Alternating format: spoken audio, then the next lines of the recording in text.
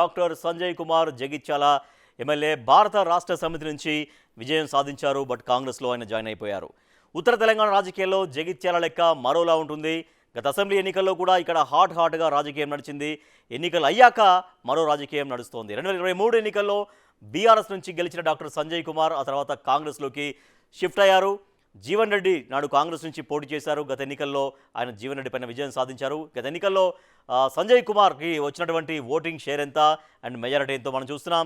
వచ్చినటువంటి మెజారిటీ 15,822 ఓట్ల మెజారిటీతో విజయం సాధించారు. ఓటింగ్ షేర్ ఎంత రాబట్టగలిగారంటే 39.83% ఓటింగ్ షేర్ ఆయన రాబట్టగలిగారు.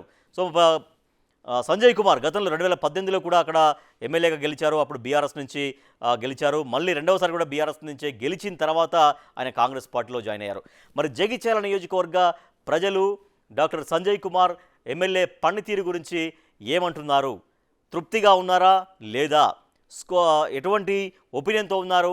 ఆయన పనితీరు ఇంకా మరింతగా మెరుగుపరుచుకోవాలా, బాగానే ఉందా, ఏం చెప్పారు? జగిత్యాల టౌన్లో కొత్త కరెంటు పోల్స్ కావడం ప్లస్ పాయింట్గా ఉంది. అండర్ గ్రౌండ్ టీపీఆర్ వాల్వ్ల నిర్మాణం సాగింది. తర్వాత వాటర్ ఈజీగా వెళ్ళేలా ఆ వాల్వ్స్ ఏర్పాటు చేశారు. అది టీపీఆర్ అనేది ఒక కొత్త టెక్నాలజీగా అది ఉండడంతో చాలా వరకు వాటర్ ఈజీగా వెళ్ళిపోతూ ఉంది. నెక్స్ట్,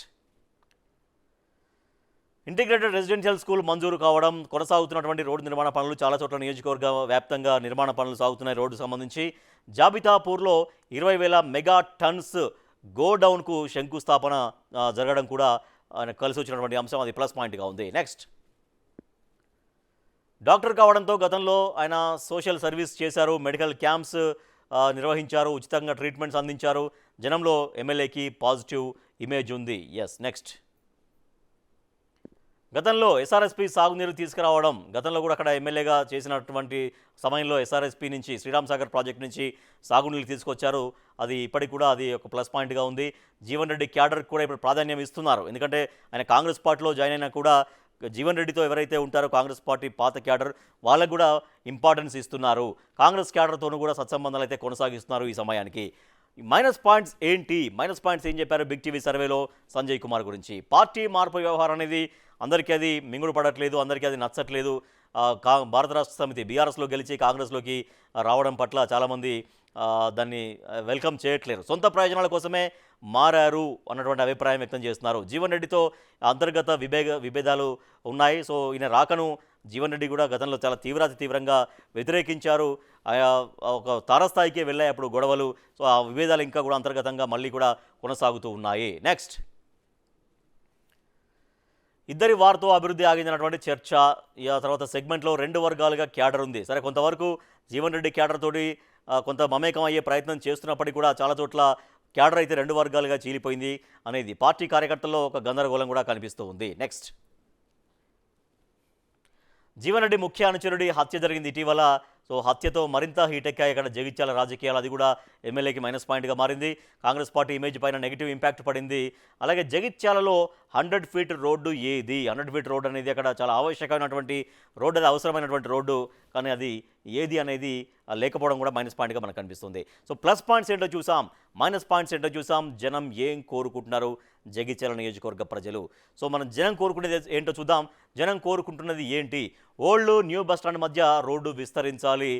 విస్తరిస్తే అక్కడ చాలా వరకు కొంచెం సౌకర్యం అనేది ఎక్కువగా పెరుగుతుంది. తర్వాత 2018 ఎన్నికల నాటి హామీ నెరవేర్చాలి. సో అది అప్పుడు చెప్పినటువంటి హామీ ఆ రోడ్డు విస్తరణకు సంబంధించి. అలాగే 100 ఫీట్ రోడ్డుగా చేసి ట్రాఫిక్ కష్టాలు తీర్చాలి. సో అప్పుడు 2018లో ఆయన ఎమ్మెల్యేగా ఉన్నప్పుడు చేసినటువంటి హామీ అప్పుడు అమలు కాలేదు, అలాగే ఉంది. ఇప్పుడైనా దాన్ని అమలు చేయాలి అని జనం కోరుకుంటున్నారు. నెక్స్ట్, అర్హులైన బీడీ కార్మికులకు పెన్షన్ ఇవ్వాలి. చాలా చోట్ల జగిత్యాల నియోజకవర్గం చుట్టుపక్కల ప్రాంతాల్లో ఎక్కువగా బీడీ కార్మికులు ఉంటారు. బీడీలు తయారు చేసే దాన్నే జీవనోపాధిగా వాళ్ళు సాగిస్తూ ఉంటారు. వాళ్ళకు పెన్షన్ ఇవ్వాలి. మున్సిపాలిటీలో ఇసుక కొరతతో చాలామంది ఇబ్బంది పడుతున్నారు, దాన్ని తీర్చాలి. కొండగట్టు కొండగట్టు టెంపుల్ అనేది కొండగట్టు అంజన్న చాలా ప్రఖ్యాతమైనటువంటి టెంపుల్. సో అక్కడికి చాలామంది భక్తులు విపరీతంగా వెళ్ళి దర్శనం చేసుకుంటుంటారు కొండగట్టు అంజనని. ఆ టెంపుల్ అభివృద్ధి మరింతగా జరగాల్సినటువంటి అవసరం ఉంటుంది. దానిపైన ఫోకస్ పెట్టాలి ఎమ్మెల్యే. నెక్స్ట్,